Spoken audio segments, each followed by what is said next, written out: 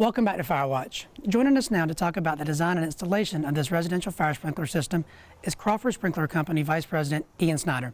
Ian, thank you for joining us on Firewatch. Thank you. Glad to be here.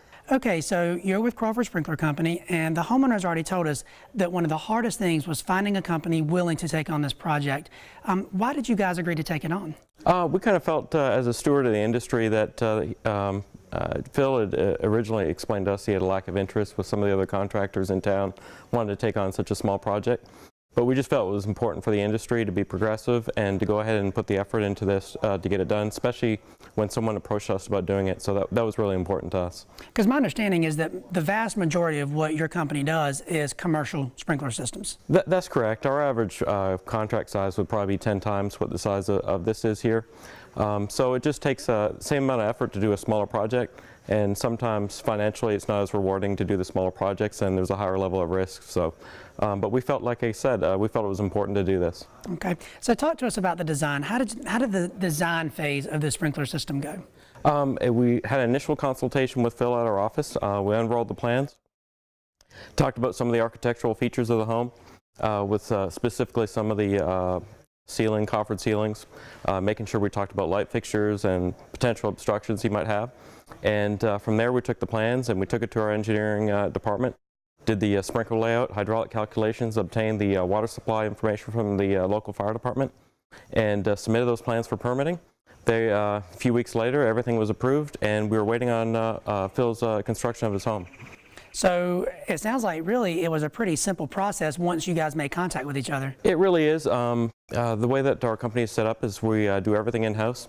We don't subcontract anything out, so it was a turnkey process for us. Now talk to us about the installation process. How does it go in a home? How is it different, first of all, to install a system in a home versus a commercial structure?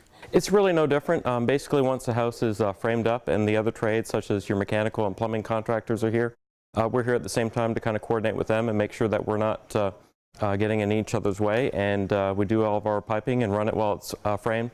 At the same time, your electrical and mechanical and plumbing would be done in that before your installation inspection's done.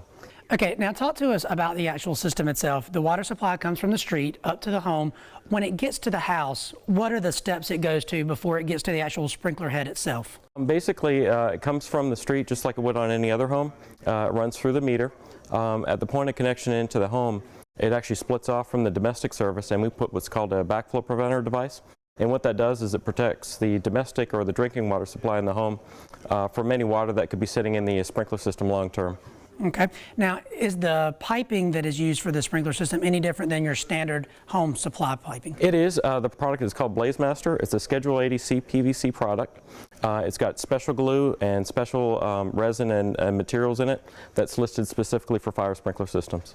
Okay, then so basically what that piping does is supplies the residential water system, the cold water supply for the home, correct? No, it's actually an independent system of piping from the domestic water supply. So the only common feed is really where it comes from the street and the water meter into the home, and it splits off entirely separate at that point. Now when it gets to the actual sprinkler head itself, how does that mechanism work? The sprinkler systems themselves are individually heat activated. The temperature, these specific sprinklers in this home are the fully concealed type. They've got a flush cover plate on it, 135 degrees. The plate falls off by means of the solder melting. And then subsequently after that, there's a fusible link in the sprinkler head itself at 165 degrees. That solder melts and the head opens and you have water delivery at that point. Is it possible that you could tie the sprinkler system into, say, a residential home alarm system? Absolutely. There's flow switch devices that we can install on those where they can be interfaced with both security and fire alarm system to where they would dial automatically out to a central station and the fire department would be dispatched at that point. When we talk about this being supplied by the water system, is there any maintenance that the homeowner will have to do once the system is installed, or is it just something that now that it's there, they're good? Once it's in, there's really no homeowner intervention or anything that they need to do with the system. It's completely independent.